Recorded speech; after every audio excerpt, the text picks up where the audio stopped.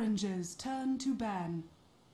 Greetings and salutations, Dota fans. Welcome into this late edition. By late, I mean we're getting into the late stages of the group stage, and a lot on the line for this match for Orange and LGD International, both respectively. Orange Inners played today, a team which has had their number of opponents, or perhaps, to be more accurate, they've had the letters of the entire organization of LGD. Not only have they beaten LGD International going back to March, they went 5-0 in both of those series combined in terms of games. They also hung an equally ugly 2-0 trouncing on their brothers in the organization, LGD China, just days ago. Now, despite what history tells us, it would be a stretch to say that Orange will enter today's match the hands-down favorite. As strong as they've been since the addition of Net and Ohio to their lineups back in January, they've still shown some weaknesses, many of which were exposed in their 2-0 loss to the upstart Rattlesnake squad here in Phase 3 already.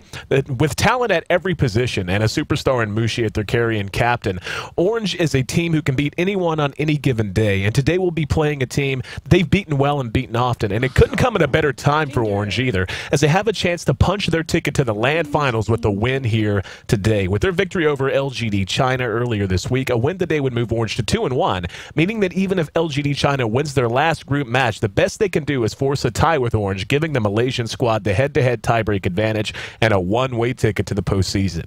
LGD International, well, it's midnight hour for them, and they find themselves playing a team which has been an absolute nightmare for them as the clock strikes 12. As mentioned, Orange has not only beaten LGD International in their last two meetings in March, they've also been able to whitewash both series to the tune of 5 unanswered game wins. Now, this is a trend LGD International will have to snap today if they want to avoid having to take the longest possible road to the playoffs out of Phase 3. If LGD loses today, they aren't eliminated, but their fate is completely out of their hands. If Rattlesnake is able to upset their counterparts in LGD China, they'll be watching the G-1 finals from home. A win from their brothers in arms, though, will allow them to remain in third place in the group. But if you're LGD International today, those aren't scenarios you even want to contemplate. Win and you're safe. That's all they need to care about. That's all they need to focus on. March is behind us, and now looking ahead to April, going to look to get things on track with a win against their first meeting with Orange here in a brand new month and here in spring. Speaking of a brand new match right in front of us, got a new one that I'm going to be casting with the guy I had on yesterday. Looking forward to this. Of course, joining me for the broadcast, Navi's Puppy. Puppy, how you doing, buddy?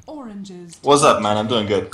Good to hear, good to hear. So I just ate up like the entire band pick phase going through the introduction. Sorry to do that, but you got to give some context. Got to let people know what's on the line. We got time, man. We got time. I'll tell you. Okay. I'm just going to let people hear what they want to hear. They want to hear you analyze. Tell me about the picks in the bands and what they're thinking based on, or what they should be thinking based on what they see already. Well, I'm seeing the typical stuff from Orange. They love it. They want to do it. They don't even care what they're giving away if they're getting these heroes. So they're going for their split push catch type of heroes. Shadow Demon Tinker, very obvious for them. Weaver, also a next hero that they want to catch and split push with. And I can see LGD International are definitely going for the team fight. They are. They pick Lifestealer because he deals a lot of damage. He's easy to target down heroes. Leshrac team fight, Darkseer team fight. Darkseer and Lifestealer, good combination. I see the bans of Nerub and Magnetar, both very good heroes for Orange. They are these heroes that stop a fight because the Nerubian just goes in, mana burns you, does whatever he can, and Magnetar is just very strong in a team fight. But Orange, like, they just ban heroes they think that are too good to give away. Batrider and Lone Droid, there's no reason to give away these heroes if the enemy plays it good. Absolutely. We can see the clockwork taken out by LGD now as their first ban out, and I agree with everything you're saying. I mean, we've had a chance to see Orange and LGD both in action quite a bit throughout Phase 2 and Phase 3, and really LGD, the way that they seem to like to play the most is just to have very strong lanes. They tend to run dual carry lanes a lot. They love to pick up a Lone Druid and a Lifestealer if and when they can. Obviously, that won't be the option with the Lone Druid first banned out by Orange. We'll wait to see what they want to end up running mid. Could be the Darkseer mid, but just based on what we've seen out of them, they have a lot of flexibility already. They could do something like mid the Darkseer, then run an offensive tri lane with the Lifestealer and the Leshrac. They've been known to do that a lot. Rubik's still available as well. We'll see if Orange wants to ban him out or not, but it's the mobility, and I think you hit the nail on the head with Orange. Orange loves to play that split push, high pressure game, pick and push kind of an oriented lineup, and off to a great start with their draft with Tinker and Weaver to go with the very, very reliable supportive Shadow Demon. See, you got to understand one thing, though. Even if they do this mobility split push heroes, actually, if you look at these three heroes that they have now, these heroes are very hard to stay against if LGD goes into an offensive trialing. There's no way you can ever kill a hero with Shadow Demon standing behind there, and Tinker or Weaver. They have Lifestealer. He's not really that good against Weaver. You need to hit the Leshrac stun. Darkseer can't do anything. So Orange are playing this game very safe. They understand that, okay, we will just outplay you. We just don't need to fuck up the early game. 10 minutes, 15 minutes, we'll get our boots of travels on Tinker, we get our stuff, we start moving on the map, and we start outplaying you. While LGD are definitely having a problem here because they need to kill them. There's absolutely no way they will win the late game right now with their lineup just now, because their main carry is probably going to be Lifestealer. But they tend to go with a new main carry also. Actually, Pycat does not play the Lifestealer. I am wrong here. Yep, this is going to be a second carry. This is going to be their second carry, and they are looking for one more carry. And I don't think Luna will work here. The LGD International Luna will not work here. He would be too easy to frag. Well, taking a look already, and I completely agree with you, by the way, the big weakness of a Luna, unless she just gets off to an utterly phenomenal start, is that no matter how you build her, she tends to drop really, really early on in teamfights if she's focused down a lot. And when you look at what Orange already has, I mean, you've got the survivability factor that comes out of Disruption from Shadow Demon, but that's to say nothing of just the amount of damage output that Tinker and Weaver, even very early on, you're talking level 6, trying to fight in March of the Machines is not an option to a hero like Luna. Lifestealer can deal with it a little bit better, but, I mean, for the most part, LGD loves to fight early. That's just what they're known for doing. They like to get ahead in the lanes, and they like to free the map up, look for skirmish fights, sometimes try to go for a pick and push. But I really like what Orange has already shown us, and LGD is actually going to be the team to go ahead and ban out the Luna, not wanting to do they also have a problem against the Luna. They don't really want to give away the next carry because it benefits the Weaver a lot, and it's actually very good with Tinker. In the nighttime, you can spam rockets and people that you didn't know you can because you see them behind the tower in nighttime. It's very important. It's all started in the international second, where IG started playing that lineup with the Tinker, Luna, Enchantress, Venoman. So they just put Veno wards everywhere. They just get the vision from the Luna nighttime, and they just spam these rockets all the time. You can't do anything, and the Luna beam will take down 25% of your HP. You literally can't fight down the push. You must have a stronger lineup. That is all. Take a look at Orange. Continuing to ban out the supports, and they are anticipating at least an active early game out of LGD, taking out the Rubik, the Storm Spirit, and the Bane, 3 heroes renowned for being able to make some space and to try to excel in those smaller team fights. Now, I'm equally interested as you are as to what carry LGD is going to want to pick up here. And usually when you see LGD pick up the Lifestealer, 9 times out of 10, 99 times out of 100, it's going to be a Brax. So God is going to be back on Silencer, and I've seen God play really well and not so well on Silencer. He's actually played that hero a couple of times so far here, and it's a hero that if you can time your ultimate just right, it can be the absolute game changer. It can. I think we're gonna see the carry Lifestealer. They don't have room. They can only have room to put the dogs here in the woods and get another carry. But what will happen though, if this will happen, I don't see them doing anything with these heroes. If the dogs here will go woods, I think their lanes are going to be so easy to kill. They're going to have a Shadow Demon Lina probably, something like that, the Orange, and they're going to kill your heroes if you're going to have farming heroes in the woods and stuff. They just know where you are. They'll place one ward. If they see the Leshrac, they see all of your heroes, pretty much. What kind of already jumps out, depending on what they anticipate being mid? If they're thinking a Tinker mid, Gyrocopter has not been banned out, and that is another hero that LGD does like to run. That would give them the 2 carry position and would allow them to offensively or defensively tri-lane. I sniff a defensive tri-lane like you. I mean, at this stage, I just have a real hard time imagining them trying to go head-to-head with Orange. It's something they've been known to do. But Shadow Fiend, going to be the right-click damage dealer coming out from Orange in 4th position, now waiting on LGD's last pick. Yeah, Orange does not feel the pressure right now. They don't see the pressure from this Silence, Doxy, Leshrac, or Lifestealer, because they know they have Shadow Demon, they know they have Weaver, they know they have Tinker. They could put any lane. They don't care. But now, after the Silencer pickup, they're like, oh, well, you want to pick some kind of a right-click hero? Well, we'll actually pick a hero that does not literally care about your hero. Because he will just click BKB and start hitting. It doesn't even matter if the SF dies. If in the end he can pull out his ultimate and die, then he's done his job and the Weaver Tinker will clean up. Bounty Hunter. This will be some kind of a weird Woods Darkseer. Yeah, I mean, obviously with the silencer pickup, thinking God, I was wondering, I've seen God run the silencer out of the support position. That's why I thought maybe a gyrocopter would be the option. But yeah, Darkseer likely to be hanging out in the woods. Lifestealer, Leshrac, Bounty Hunter in the off Oh lane, no, it's not going to be a Darkseer. What the hell I'm talking about? This can be a silencer support on 1437. It literally can be.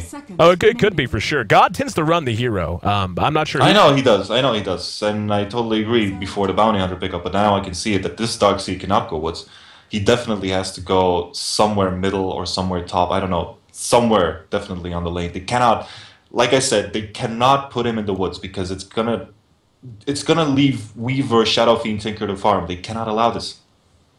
Have to find out momentarily. Orange still waiting to pick up their last pick. As we wait on this last pick, once again, I want to welcome everyone in. You're tuned in just in time to make it into Game 1. And it looks like you have no sound in Dota TV, Puppy, so if you want to go ahead and toggle that.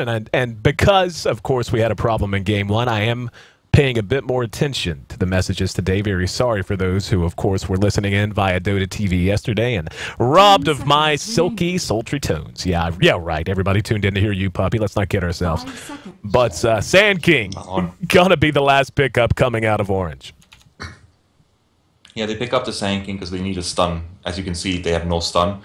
And they won't use this hero for an epicenter. They won't use this hero for anything more than a stun. Mm-hmm. Oh, just about ready to get underway. And already, I mean, when you look at this, you see the Bounty Hunter from LGD International. That means they're going to want to fight early. They're certainly going to have plenty of potential to fight starting at level 6. But it is going to be some kind of a weird Darkseer. Yep, no, that's kind of what I suspected too. I mean, when I look at it, I can see the Darkseer hanging out in the woods with Lifestealer, Leshrac farming out of the safe lane, Silencer mid, and Bounty Hunter off lane. That's not going to prevent anything, and I totally agree. It's a gigantic liability to just let Orange free farm up that way. But with the Bounty Hunter pickup, when I see something like a Bounty Hunter come out last like that, and I would even venture to say that may not have been the original game plan, was to have a Bounty Hunter here. Instead, I think it's a response to say, you know what, we're not comfortable with the draft and the way it was going. How about we get a hero that's going to let us take a lot of fights early, and even if we're only breaking even, we'll have a chance to at least get a little bit of a lead, try to get our Lifestealer ahead. I think that the Bounty Hunter pickup was a plan, because like I said before, Orange wants a split push. They want a split push with this goddamn Tinker, Weaver, whatever they can do. But the Bounty Hunter Nags combination is very fearsome, actually. The first early 15 minutes where Tinker does not have Blink Dagger, you can totally always kill that hero. And if you get a frag with a Bounty Hunter to the Nags, it's always going to be worth it. Well, seeing Pycat on the Lifestealer was a little bit of a surprise. Brax, generally speaking, plays the Lifestealer, but usually that's because Pycat is running on the other primary carry, and given he is the primary carry in this lineup, it makes a ton of sense to have their primary carry player running on him. Looks like we're not going to have a lot of blood spilled early on, so how about we take a look at our lineups? Going to have Misery running on Leshrac, Silencer as anticipated. Oh, no, actually will be handled by 1437, so they did swap it. God will be running the Darkseer mid, so good call there, Puppy, as one would expect. Brax They do swap. And we saw it, yeah, absolutely. Brax will be handling the Bounty Hunter, and Pycat is mentioned, farming up our Lifestealer on the other side of the river. Mushi, the captain and the carry, on the side of Orange. He'll be playing our Shadow Fiend. We're going to have Net handling our Shadow Demon. Going to have X handling the Sand King this time around. We'll have K rolling on our Tinker, and the Weaver handled in mid by Ohio. Been a while since I've seen a solo mid Weaver. Yeah, I guess they're guessing it's going to be a strong Leshrac Nake, some type of a lane. I think they're wrong, or maybe they thought it's going to be a Silencer. I really don't know what the thought process was, because they did swap. Maybe Orange got off guard with that too. So let's see how this goes. A lot of kill potential on the side of Orange. On the side of LGD, obviously they have a little bit. No concerted stun on the side of Silencer. There's a disruption to lead off, and the Burrow Strike will follow it up. He will end up eating a last word for a little bit of damage, but Misery already knocked down to half health after just one combination of spells. Oh, he pulled the creeps. Very nice. So, Misery managing to confound things a little bit. We can see Net, Net trying hard. Oh, he got one. Trying very hard to use that pull camp to try and re-pull the creeps back out, but instead only got the ranged creep. But if you're only going to get one, the ranged creep, not a bad one to land. It's a good deny, actually. Not for you. And we'll keep an eye predominantly on this top tri-lane versus tri-lane. Silencer in this situation. Oh, good split earth. A little free damage. They're going to go ahead and engage on this. There's the open wounds. He's very low. Yeah, this is going to be our first blood. The bro strike a little too late. And LGD gets a big win very early. 1.5 minutes into this laning phase, and they get first blood on the board in a lane that should have been a bit more problematic than that. Well, this was a miscommunication type of thing. I was going to say that the Shadow Demon found the sentry ward, and he killed it right now. Mushi should have stayed away from this lane for that time. And LGD looking solid. Darkseer in mid looking solid as well. God's up to 11 last hits, but Orange hanging in there. He's got 8. Very hard to deal with Ion Shell in these early levels. Down at bottom, the one-on-one situation, well anticipated out of Orange, I must say. Tinker going to be doing pretty well here against our Bounty Hunter. Bounty sitting at 5 and 7 for the Tink so far. What I think is going to end up being a make-or-break kind of a moment is when either team decides they want to apply some pressure to mid. They both have heroes that are going to be excellent moving out of this top lane towards mid out of smoke, but it's all going to come down to execution. This tri-lane is very weird right now. I don't see this SF getting much out of this. I really am not. So far, he certainly hasn't. Sitting at 1 last hit and giving up that early death really hurting Orange. And you can just see, playing so far back in 1-4-3-7, able to use Glaives of Wisdom. They'll apply a little bit of free harassment, now even beginning to use Shadow Rays just to try and do a little bit of damage, as well as pick up a few last hits a little bit more safely. But with his supports playing so far back, I mean, the posture of that tri-lane has changed already just because of that initial death. And now with the creep equilibrium moving the way of LGD, not looking to get better anytime soon. They should definitely try to stack these pulls or do something like this, because they don't necessarily do anything on this lane. If there's going to be a split hitting on the SF, I don't think he can survive. Or even just going there with the Lifestealer and the disruption on the SF, he won't save him. He'll just land the stun on the Leshrac, of the Leshrac. Brax sitting at 10 last hits. He's just about halfway to level 5 as well. He has picked up a bottle, and that's when things are going to get scary, in my opinion, if you're Orange, is Brax is going to have the ability to start bouncing around very soon. Tinker, of course, wants his boots to travel before he really starts to move, but when he does start to move, it'll be, you know, what Tinker does. It'll be annoying. It'll be almost impossible to deal with, almost impossible to push into, but wow, never mind. Somehow, yeah, never mind. Tinker just solos Brax on Bounty Hunter. That's surprising. I have no idea how that happened. Like this, that the Bounty Hunter was getting lower and lower, and this bottle that you can see that is on the career, he wasn't getting it. It's his bottle, and he really needed it on this lane already. He was losing it, and I thought it doesn't really matter to kill or whatever, because he still would have gotten these more lasts out of him. But now he died, and it makes Tinker just a bit more stronger. And we can see LGD continuing to win big here at top. Mushi had just 8 last hits to the 18 of the Lifestealer, and LGD now looking to invade the jungle a bit. They did go ahead and pull the large cap near the lane, but for right now, looking pretty safe here. A little bit of a split earth to try and steal a couple of these creeps, and managing to make him miss 1 at the very least. Creep equilibrium is moving back up under the tower of Orange now for the moment. In the meantime, God being as annoying as possible. Oh, he might actually kill this Weaver. Good vacuum isn't enough. Oh, he guessed wrong. He guessed south instead of north.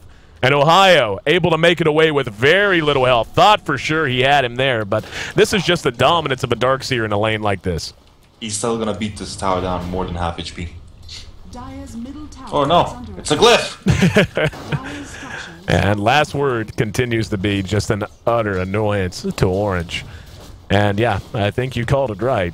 Still sitting at roughly half of the last hits of his opponent. Mushi. Yep, and wow, they might get him again. There's a disruption. Not going to be enough, though. He's dead. Even use the wand charges. Does not matter. That's 2 extra intelligence in the back pocket of 1437.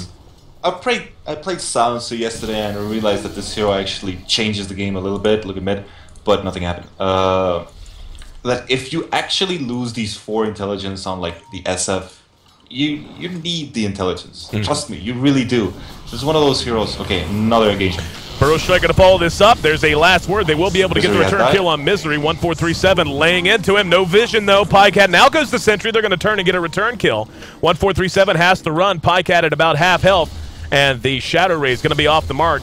At least one of them was. Pycat eats the remaining 2, though. He's very low in Shadow Poison, almost enough. Now, Misery wants to re-engage. Down goes the Ward to keep an eye on him. Pycat going to catch out Net. Net down to half. He's going to eat the Curse, and that should be that. Edict damage plus the right click's a bit too much. And we've got Weaver making his way up from the south side. 1-4-3-7. Now they're going to dive Mushi. They're just going to go for it. God coming out of mid as well. Pycat will survive. Mushi not so lucky. Weaver will be coming up the backside, though. Misery likely to end up cleaned up, and he will. So they end up getting a few return kills. And now God's not safe, as Net's right on his back foot. It's sanking. It's going to be a sanking move. Look at this. And Burrow Strike will connect. So LGD looking great, but they feed a bunch back. That's a triple kill for the Weaver, who was struggling so much in Middle Ohio. Happy to get off to a much better start, courtesy of LGD being so aggressive. Make it 5-6. Orange maintains the lead. This is not only a triple kill, this is the bounty hunter not knowing what to do. He really wanted to be top, but he doesn't have the mana to do so in the bottle. And he gave so much farm away to this Tinker. As you can see, he's actually most farm, maybe not. Tell you what, Puppy, why don't you go ahead and let's reconnect. Just I want to prevent the robocall from marring. Okay, wait. Yep, that's I'm gonna reconnect to Dota 2 then. Okay, sounds good. Sounds good. So I will be solo for the moment. Puppy will be joining us momentarily. Want to make sure his lucid tones are as clear and crystal beautiful as possible. So we'll have him back on momentarily. But yeah, 6-5. And Orange getting a big win there. And really that was just the over-aggression of LGD biting them in the ass there. God probably could have done a bit more if they had waited on him. Pycat really had no business diving with as little health as he had, but instead, Orange comes out ahead there. The gold still in the favor of LGD, but we can see what a turnaround that was. Up to almost 2,000 gold at one point to their advantage. Now down to less than 500. The experience has gone down the way of Orange, but still very volatile at this stage of the game. Go ahead and grab Puppy right back onto the call. And we're going to have a disruption in the meantime. They managed to catch one. There's the Burrow Strike on the 1-4-3-7. Free kill given back, and now God trying to get a return kill on Net. Chasing him into the shop. Will be able to clean him up via the Ion Shell. And the Splitter is going to be off the mark. Mystery's got to be careful. Burrow Strike barely going to catch him. All that work they did to make this lane go their way, now beginning to blow up in their face. However, God likely to get Mushi here. And God he might get more. He's going to dive out the Sand King. Sand King has a Sandstorm if he wants it. There's a Vacuum to bring him back. No Sandstorm going to help him, as that's a triple kill for God. So a back-and-forth slugfest. First Weaver gets a triple kill. Now God gets a triple kill.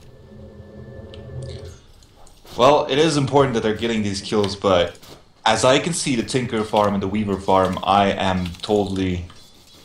Actually, wait. The Tinker died in this match? Like in this fight where I was in here? I honestly I think he did. He has one death and something happened. Yep, I was watching the fight at top, actually. He must have died in a lane elsewhere. I guess so, but still, the Tinker death actually made him... Because he probably would have had Boost of Travels now. Probably. Let's see. Still doesn't have March, though, so he can't defend much towers.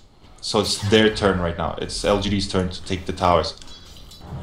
And Net going to be forced off the pool camp. He's got help to the north in Mushi. Mushi shows no interest in fighting, at least for the moment. Brax is there. He is level 8, so track kill's going to be available. They have God, who has just been a holy terror to Orange so far. Tinker has set up shop in mid. He's going to be about 600 gold away from Boots of Travel right now. That's going to open the door, as you said, for LGD and company to begin applying pressure to top. In the meantime, though, Weaver going to go ahead and split push bottom. Doesn't look like they're... Oh, never mind. I was going to say didn't look like they were going to send anyone, but that's going to be God heading down there to keep this tower standing. Leshrak and Brax going to go to work on the tier 1 top.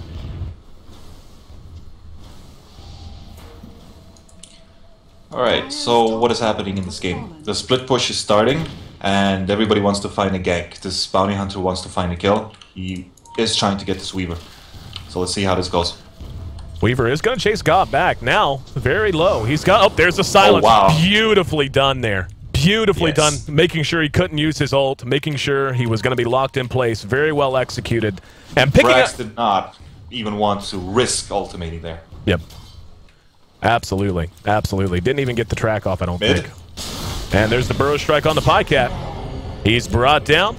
Laser, rockets, and a burrow strike more than enough to secure that kill. Make it 10-9, LGD and Orange. Playing like they're European teams, man. It's been a long time since I've seen an 11-minute game in Asia with 19 kills on the board. Well, they're playing against Europeans, so... Good point. Good point. And so far, I mean, we're 10 minutes in here. Well, a little over now, up to 11 minutes. Who would you say is really under the gun at this point, Puppy? Who needs to execute more at this moment? Still, it's LGD. They definitely have to find... They have to find this kill on this Tinker. Once he starts split pushing or teleporting somewhere, you need to frag him twice, and you're pretty much gonna guarantee yourselves to get all the towers. Because right now, I don't see them doing that if they don't do that. Boots of travel are done on him, so his mobility going to be through the roof. All the tier 1 save for 1 still standing on the side of Orange. All the tier 1. God has nakes in it, by the way. Look at that. Very nice. He's walking through sentries. Super important. Making his way through, looking for a target. Not going to find it. Yep. Come on, farm this. Come on, God. And he is going to surge. And yeah, he's going to go on Mushi. Here we go. They're just going to dive him out. Out comes Pycat. TP reactions coming in. There's a vacuum. Tinker's going to be landing. Here is our Sand King going to catch God out, and LGD being punished for playing ultra aggressive. And of course, for the first time seeing that Tinker has those boots of travel. Not a mistake they're likely to make anytime soon. Well, they probably wasted like, I don't know, a minute, and then now they give away another minute. So that's totally not worth whatever they tried to do. Even if they would have gotten the kill on the SF, I think it's not even worth it anymore.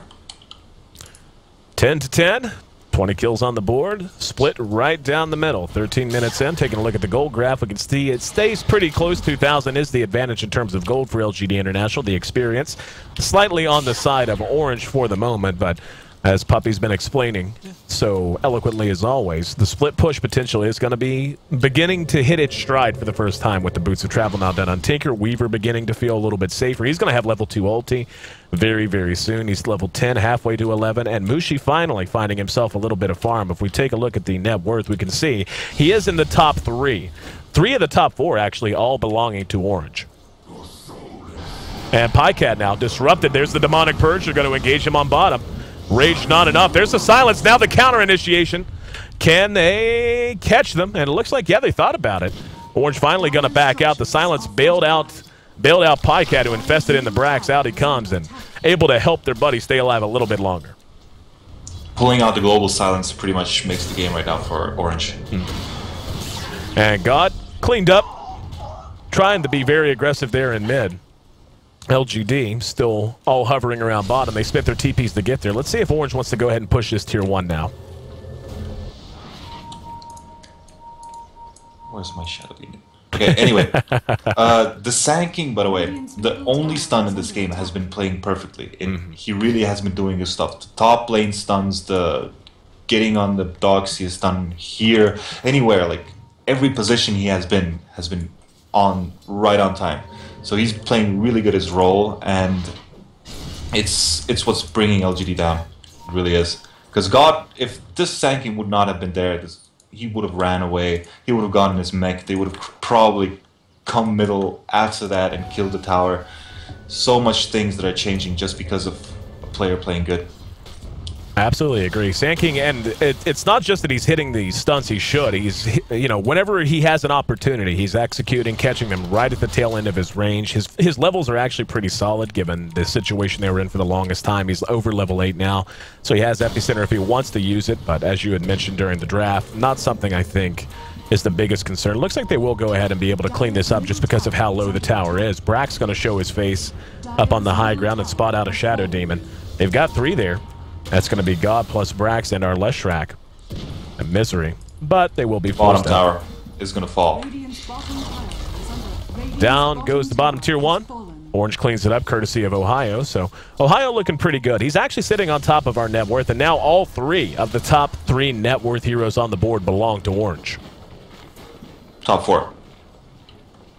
Top 3, according to mine, are Weaver, Shadow Fiend, and Tinker, all belonging to Orange. Oh, wow. Tinker has 60 in mine.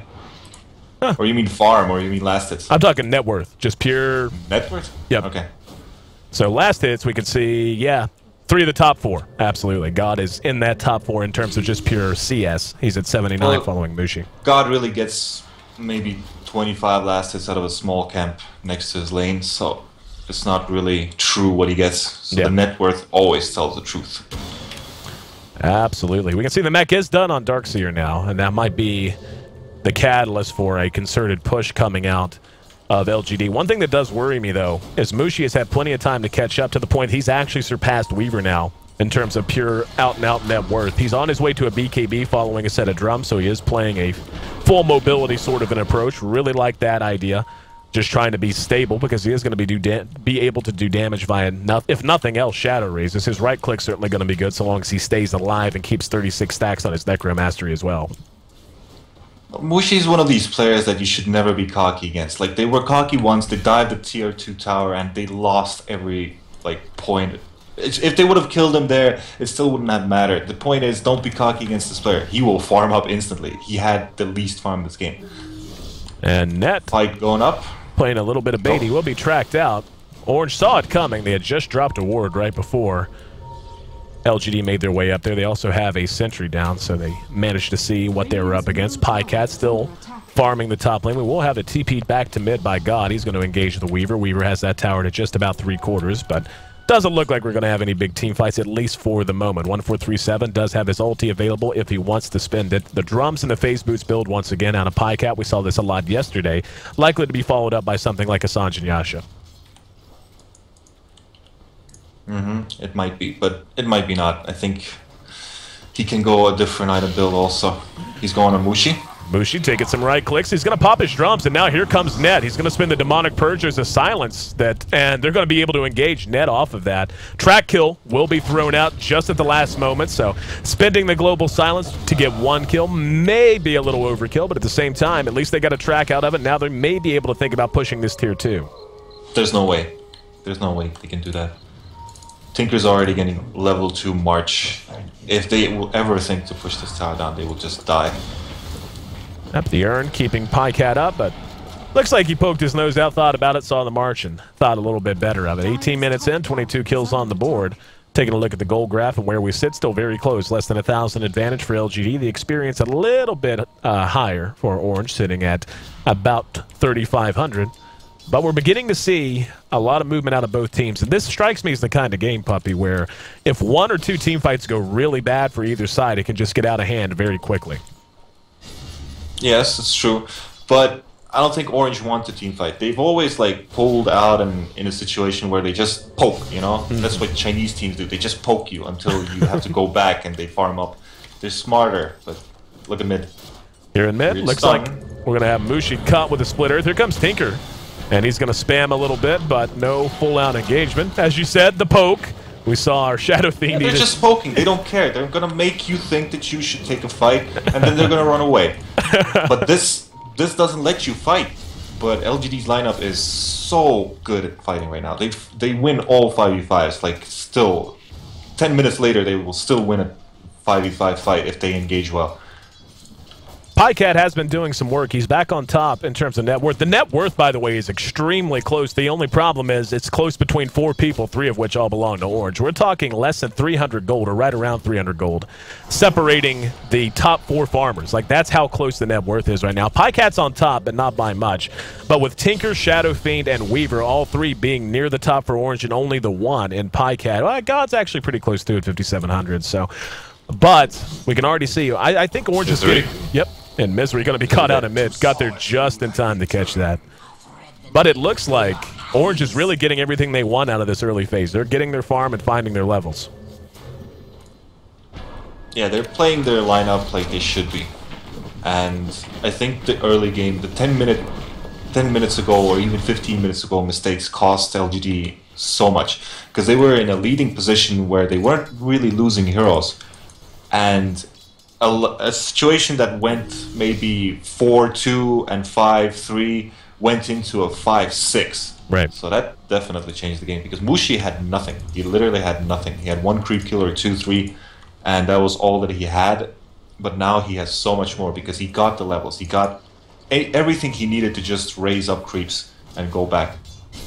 He's on his way to his BKB. He's going to have his Mithril Hammer basically as soon as he wants it. We could see Orange all kind of hovering around, anticipating more movement. He has BKB already, pretty much. He has this recipe, and it's not in the chicken, it's on the ground. Oh, wow. I see that now. Didn't even notice. Yep. Very I was wondering, where the hell is his gold going on? Very well spotted there, puppy. But is there a reason he would do that out of curiosity?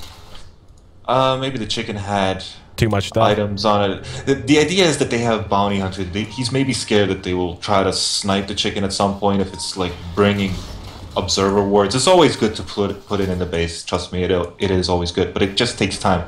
People that aren't lazy are always going to do that. Gotcha. I mean, that's just something I don't think I've ever seen someone. I mean, obviously, if they need to make room on the courier, then that's one thing. But just curious if there was some next level reason my puny new brain cannot comprehend. Pycat gonna re-engage here. Actually spends open wounds on Mushi, but turns right around. Now he's gonna be purged. Here comes 1437. Wants to engage. Damage being done to net. Net should be cleaned up and will be. That's gonna be a track kill as well. +2 intelligence going the direction. Now, fighting in the double march. The ult was being built up by Mushi. Pycat going to infest in. Now, the epicenter reconnects. Pycat barely able to survive. There's a vacuum, but Pycat, wow, he's actually fighting through this. He got vacuum walled, as did the Shadow Fiend did, I should say. And Pycat somehow managing to survive. Now going to re-engage onto the Weaver. Weaver going to spend his ulti. 1437 with auto attacks enough to chase him away. God survives with less than 200 hit points. And now, good split earth, gonna catch him from misery. And they do manage to clean him up. They go 1 for 1 in that exchange. This fight continues to go on. The laser actually spent on a creep there. Poor creep can't see anything. But 15 to 15, and the slugfest continues, Puppy. They're just going blow for blow on both sides when they actually do have a fight. Yes, they are. I think Pyke had made a remarkable move there by staying and living in that situation, killing the SF. It really made the game. But then after that, he still had sticks. Like you can see, he had 10 stick charges. He did not use them. I guess it's like the heat of the moment. You're like, holy shit, I'm surviving! And you just stand up doing whatever you can. Because you thought you were dead, you know? That's what people do in life. We're all humans. Exactly. Think you're dying, you'll do stupid things. Absolutely. I tell you what, his armlet toggling was pretty excellent as well. Pulling the trigger on that infest at just the right moment. I thought he was dead to rights 2 or 3 times. It was a big turnaround too. It didn't hurt to have God there. God showed up at just the right time. Was able to get off a mech charge as well as land a vacuum wall. And the wall only catching Mushi, but in that case, that's really the only one he had to catch to make sure they got him off of the board. 15 to 15. Almost 24 minutes in, the gold back to moving upwards for LGD in excess of 2,000. Now the experience has been just about cut in half in terms of the lead for Orange as well, going from about 4,000 to just about 2,500. But still a lot of Dota to be played. Very, very close match so far. Yeah, all I can think right now is this Bounty Hunter, if he gets BKB, I think it's going to be very beneficial for them, because if he can just run in and do whatever he wants to. If they will have to use the Demonic Purge, I think it's called Demonic Purge, let's see, Shadow Demon. Yes, if they have to use that spell on a Bounty Hunter, I think Naix will start running free and doing whatever he wants. And so far, most of the tower still standing for Orange, despite the best efforts of LGD. They've lost 2 tier 1s. Only 1 tier 1 down on the side of LGD International, so the map control relatively even at the moment. And Weaver going to be run out of top lane by God. God looks to be on his way to a pipe. He has picked up the cloak, probably on the way to a hood plus pipe eventually. But right now, I mean, as we roll through, and this is what I would call the early stage of the mid game. When you look at what LGD has done so far and what their capabilities are they letting Shadow Fiend have a little bit too much room? He's up to 800 gold already and has a BKB drums and treads. The idea is that they have to get through Shadow Demon, Sand King, and Weaver to get to the Shadow Fiend, because the only placement they can go run through is through the rune spot in a smoke. See, that is the risky move to do, because there might be a sentry ward there and there might be an obs ward, so you can't just walk past it and you can't smoke past it. So if you ever have to go and fight the SF in the woods, you're going to have to go through Weaver, who is split pushing. He doesn't care if they actually kill him. He's going to Manta style out or something like that, run around, and Tinker's going to start split pushing. Your lanes are going to be pushed anyway, and Mushi's going to understand that. He's going to actually go to the Weaver. There's so many situations that's going to happen. You think it's easy to go and kill this SF, but it isn't. They're protecting him. It doesn't look like that, but it actually is. The lanes is what you have to look at. Because if people are on the lanes, the Sand Shadow Demon farming, the lane Tinker split pushing bottom, and the Weaver top, you can't enter the woods. Because if you will, he will click BKB ultimate and the whole team will squash you up. We can already see, as you pointed out, a little bit of counter-warding going on. I mean, obviously taking vision away from your opponents, but opening up this pathway, as you had mentioned, if they do want to head in that direction, and being confident that there's not a sentry to spot them out. For now, Mushi has hooked up with the Weaver and is now beginning to move through. On bottom lane, we're going to have Pycat spotted out. He's going to turn and fight his own illusions. Pops Rage and will just TP out now. Should be able to make it safely, but that might be enough. Nope, never mind. We've got reaction coming out of LGD. Track goes off on Weaver. There's drum charges pop. They're going to look to head south and hook up with the rest of their team, and they will not be pursued by LGD. Okay, I had a feeling like maybe the Nakes could have died bottom. If you could see, they stunned the Nakes. He got stunned, but then they destructed him at the same time, so I'm not really sure what happened there. Shadow Fiend has added a Yasha to his inventory now. Look, if he wants to go the way of Manta style to go along with Weaver. A lot of push potential coming out of those two heroes by their own right, but getting Manta up even more so. And I'm like time. And Mushi gonna blow his ulti. No, actually thought about it. Now he's gonna wait for Tinker to show. Pycat gets juked a bit. Mushi very low health, finds himself in a corner. Oh, Pycat! Oh no! Lets him get away. He wouldn't even kill him. He wouldn't even kill him. And he just infests himself into a creep, so missed opportunity. Big missed opportunity to get Mushi off the board there, and it remains 15-15. I don't think he would have killed him. Even if he would have seen the SF right away, it would have taken some real luck to get it, because the creeps were running after Pycat, and he would have to hit the SF at least 3 times, maybe even 4, maybe 3 times and then infest, but the creeps were behind. Yep. The creeps were behind the Nakes, and they were only running after him. That means it's going to be a weird situation where he's going to do the 1 hit and already has to go infest, or 2 hits and already infest. He could just screw it up, so it was hard. Okay, let's look at this smoke gank on the Tinker. Down on bottom, we can see LGD looking to find themselves the target. Tinker is going to hang around for the moment, just using rearm and spamming March, and going to spot it out. He blinks away. And we'll be able to teleport away, so they will end up getting a tower out of it at the very least, so not complete waste of time. Another tier 1 does drop. That'll certainly help them out. Brack's still keeping an eye on Mushi here at top, though. Mushi with a lot of help around, so he's got to be careful. Every time LGD takes down a tower, Weaver takes one back. Yep, as you can see, Let's Try taking down the tower, Weaver before. 15-15. Still very much a close match. The goal beginning to get very close to the even mark, though. And I feel like Orange has really gotten the better of this early game. I mean, it's not, you know, obviously 15-15, the Goldie experience still relatively close on both sides, but when you begin to look at just the pure late game potential, you have to give the edge to Orange here. Yes. But as you can see, Pycat did not go for the Sanjin Yashi build. I think it doesn't matter. He needs to stop something. You know, he needs to run into the fight and maybe try to disable some hero and kill it. Which is Abyssal Blade and Basher. It is true, you need to get this item. Yeah, if he can get on top of Mushi, certainly be a big help. And, I mean, he's got some heroes that can get him in close if needs be. He's got God and Brax on the Bounty Hunter if they're able to infest and make something happen there. So far, though, I feel like the Bounty Hunter really hasn't been of that high a value. He's gotten a few track kills here and there, but 9 times out of 10, you're playing like this, and it comes down to what you were talking about, the Chinese playstyle, where they're going to poke you, make you feel like you can fight, and then they just fall back and don't give you the opportunity to get the full use out of something like track because they're just not allowing you to fight them that much. Now, that might change as Pycat spots out Mushi. There's an open wounds. He's got BKB if he really wants to use it. And Tinker going to be landing in just in time. He's actually going to go ahead and infest back out. We saw Tinker blink to the high ground, and Pycat just playing it safe. In the meantime, Weaver actually cleans up Misery all by his lonesome, so finding a free kill when Mushi was the one in trouble. I think the Sand King had Blink Dagger and Stun right there. Look at this. And here we go, Epicenter. Oh, poor Braxton, 1-4-3-7. Beautifully engaged. Brax still alive for the moment. But another tower. They're going to be very hard-pressed to try and defend. The tower will end up dropping Bottom Weaver. lane. Bottom lane, we'll have the TP in. There's going to be a Burrow Strike catching God. God going to try to run away. There's the vacuum wall. Got 3 of them. He's actually doing good damage. Mushi with his ulti, though, going to return it, and they do manage to clean him up. And somehow Net and X both managed to make it away sub 150 hit points. Yeah, they're they're playing weird. They are trying to split push with a Doxy. It's not going to work out. Like I said already, if they're going to play the orange game, and even though they did not have to kill the Starkseer, which they did, and it's good, they could have lost the Sand King and Shadow Demon, it doesn't really matter, but they didn't really have to kill the Doxy. The Doxy should have actually got away.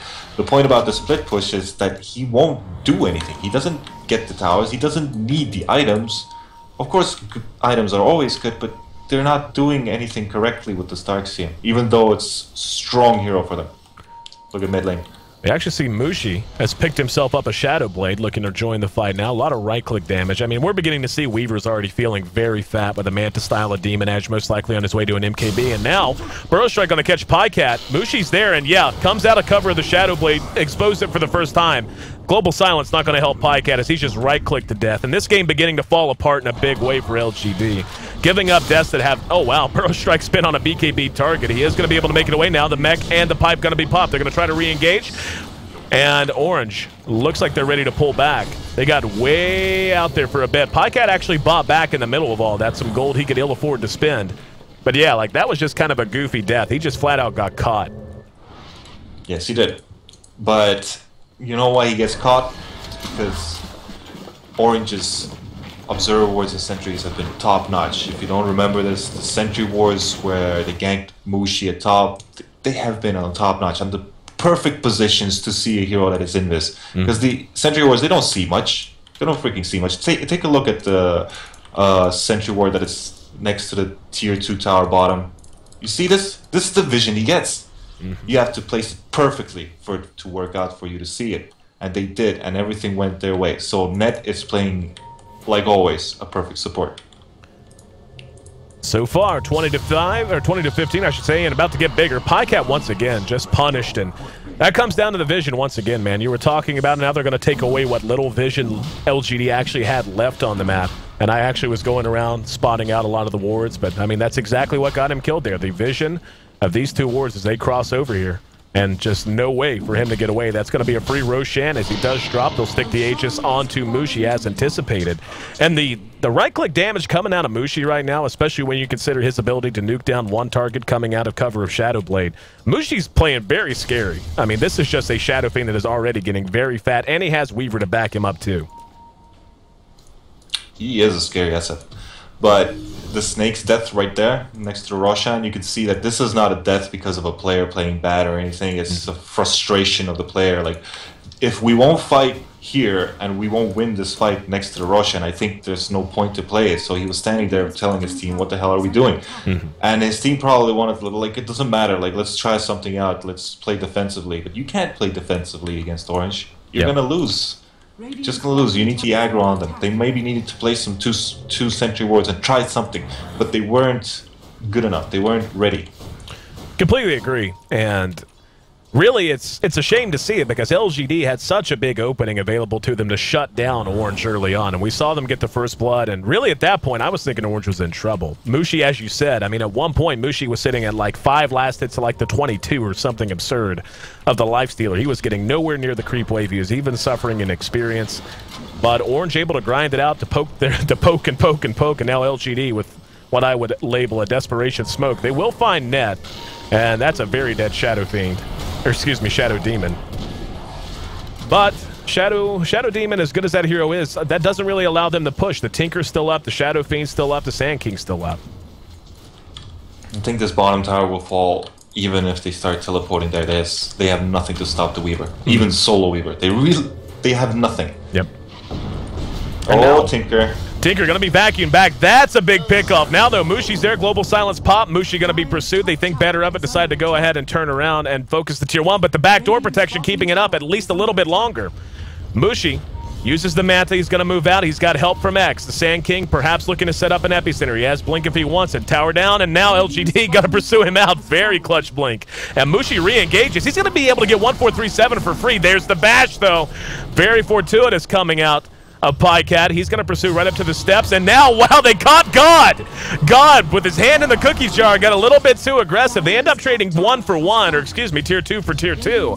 In the bottom, Weaver now pushing all the way to the tier 3, and he's going to force at least one reaction. That's going to be Brax, but he's got a lifestealer ahead of him. Then Weaver actually uses ulti, gives them everything they could ever want. Pycat pursuing him out. Drums gonna be popped, and there you go. Another good bash, just when he needed it the most.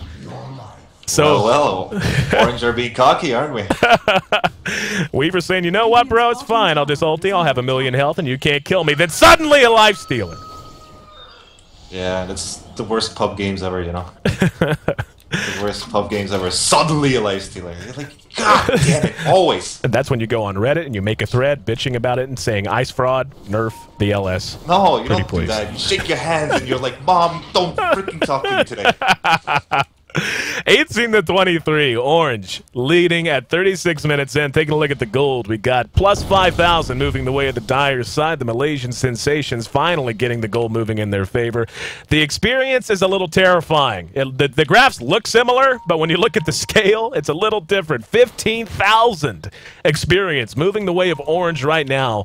Due in large part to just, I mean, they've traded their kills away, but they've just been so excellent at maximizing their farm and at making sure that when they do end up trading in these fights, they trade in a way that at least keeps the map open to them. LGD, they're maybe getting pull out of this game, as in maybe Orange is starting to go aggressive, getting over the river, and they might get a position where they could actually use this global into full extent. But let's see if that happens. And here we go.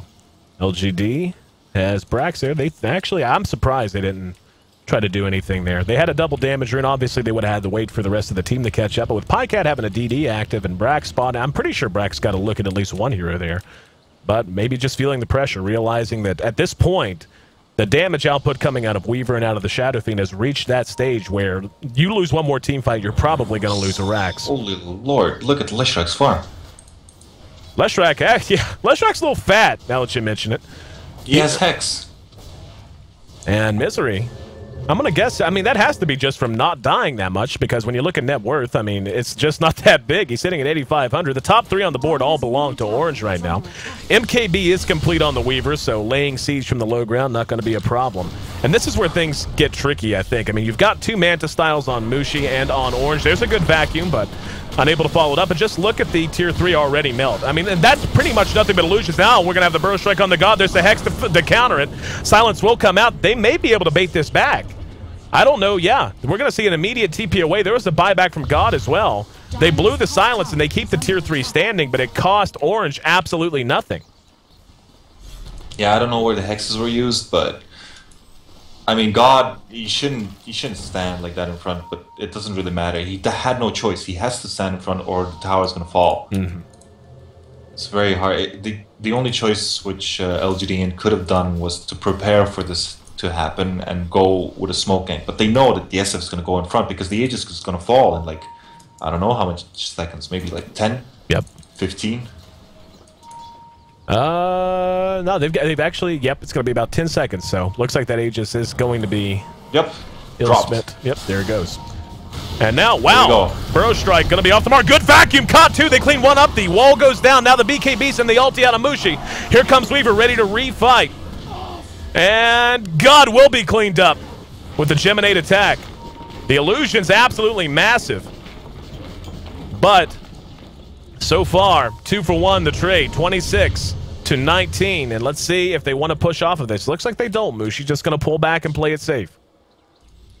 I think this was a weird fight because I definitely think the Nake should have kept hitting the SF. I think the SF would have died there if the right click of the Nakes would have came out, because he would have gotten bashed, maybe proc the ultimate, or not proc the ultimate, I don't know, disable the ultimate, and it would have been a completely different fight. But I think they did not know what they were getting into. They were getting, if maybe the SF would have died there, they might have all died, because the Tinker would have just jumped at them with many hexes. So it's true to see some situations that he should have, but you never know if the right choice was the right choice. Right. Sometimes Dota is just like that. You make the wrong choice and it is actually the right choice. We see Tinker has added the Hex to his inventory. Chain Hex now very much on the menu if they're able to catch Pycat out. Mushi's got a small trust fund he's building, 3,500 gold. We'll see what he wants to spend that on. In this situation, looking at the complexion of the game so far, what item choice you feel is going to be the correct one for a Shadow Fiend? I don't really know. He just needs damage. It doesn't really matter. He has all of his items, which is gonna allow him to do everything. But I guess I really hope that he keeps all of his items, just drops the teleport scroll, gets a new item, and then gets boosted travel. It's probably going to be a Butterfly or Buritza. Whatever choice he makes. Butterfly is kind of what I was thinking. Butterfly would help him out immensely against Lifestealer, who's going to be looking to focus fire him for the most part. Speaking of Lifestealer, let's see how close he is to his Abyssal. He's not super far away. He's getting there, man. He only has about another 800 gold, and he'll have that guaranteed stun to knock Mushi out of commission. So, again, I think Butterfly, a very optimum choice for him. In the meantime, looks like Lincoln's going to be the choice on Ohio. He has added yet another Ultimate Orb to his might go Scotty, man. Don't you say anything. Could happen, man. He's a crazy dude, man. Doesn't matter. The Geminate attack doesn't grant orb effects. But well, it doesn't really matter. I know. Get the first hit on the Scotty. Scotty. What you doing, Scatty? Like you're from Boston? I'm not from Boston. I'm not from Boston, man. Orange now beginning to show their face again in this bottom lane. They've got 2 separated out. Actually make that 3 up to top. That's from LGD. And Pycat Misery going to come up wanting as the entire squad of Orange is in their jungle now. We can already see the wards. As you've mentioned, the warding and the vision has been excellent from Orange so far. This Tier 3 still standing, though, so LGD has managed to extend this game at the very, very least, and trying to just buy some time, give them a chance to maybe get a fortuitous pick and try to turn things around a bit. Well, crazy plays have to come in here, because the only crazy play that I can think of right now is if they would force that SF into them and kill him, and God would get a vacuum on all the heroes that are going to back him up. That's the only thing that I can see right now. But I think Orange won't play like this anymore. They'll just keep on sending the Manta illusions into the tower, or with Aegis. They're going to go with Aegis. I like how this timer is on the other side now. It's like it's broken. Somebody broke the clock. Valve broke it. Ice Fraud. Ice Fraud. 43 minutes, and we're going to have Roche responding. Happy New Year, says Orange.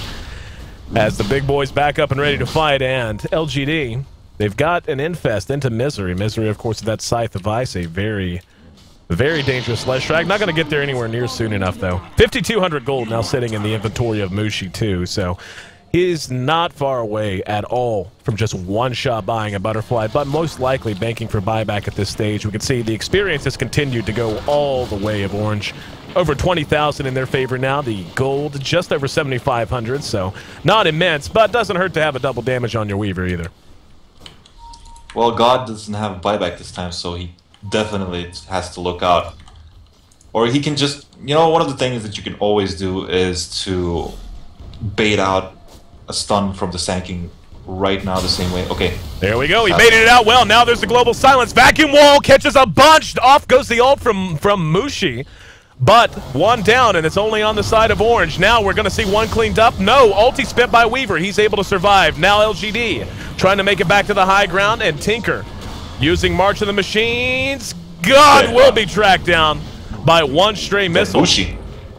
And here comes Mushi back up from the grave. Ready to be re-engaged by Pycat. There's the curse as well, and the disruption from that buys some time. Is it going to be enough? Out he comes, and look at the right click. Pycat blown up by the damage output of Mushi, and they're not done. They're going to chase Misery all the way back. Weaver's going for it. Down he goes. No, I was going to say, no buybacks left except for the Lesh. He's back up and ready to fight. And unless the Weaver. There you go. No. They're actually going to spin it on net, and that's a super dead Lash Track. Good splitter to say goodbye, but the GGs come out. 33-20 in a 45-minute game right on the money. And LGD International, off to a good start early, just kind of let it slip away from them, and gradually, bit by bit, Orange able to steal a win here in game number 1. That makes it 6 games in a row, by the way, that Orange has defeated LGD International, dating back to the beginning of March. Well, I would say it again. I think they underestimated their enemy, I'm sorry. by going there top and trying to make some kind of a move on a lane that actually does not get anything. Because they ganked the lane, trust me, they ganked the lane which was not benefiting anything. This SF was not farming anything. There's no reason to gank. But they did, and they lost. And they gave everything away to the SF. And what I said that should have been happening, which was their plan initially, it was probably their plan initially to start ganking the Tinker when he gets boosted travels, but instead they didn't do that. They went to Mushi, they tried to kill him once, and one mistake is enough to set you back. Because they tried to kill Mushi, Mushi survived, they killed, I think, one of the heroes. I think they killed only God or Lifesteal, one of them, maybe not. But that's already the gank. The Infest gank on the Tinker has not been used, and the Tinker farmed up Blink Dagger. You've already lost the momentum. 46 minutes, 16 seconds, the official game time. 20-33 was how it ended up. And Orange rolls to yet another victory. Game 1 goes in their back pocket, and LGD up against it. Now, if LGD loses today, they are not eliminated. They still have a chance to fight their way through the playoff section, I guess you could say, here in Phase 3. There is going to be a section where if they lose today, they will most likely wind up in 3rd position.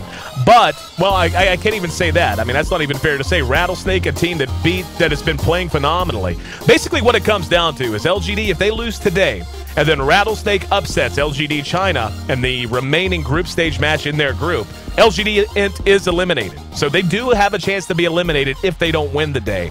If Rattlesnake loses to LGD China, they will have a chance to play their way out of the group. It'll be a very long road. Orange, with equally as much on the line, if Orange wins, if Orange can win one more game and make it 7 game wins in a row dating back to March against LGD International, they punch their ticket, man.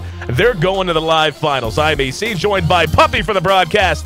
The pivotal Game 2 of this best of 3 broadcast coming up next here on One More Game TV 2. Don't go anywhere. Stick with us.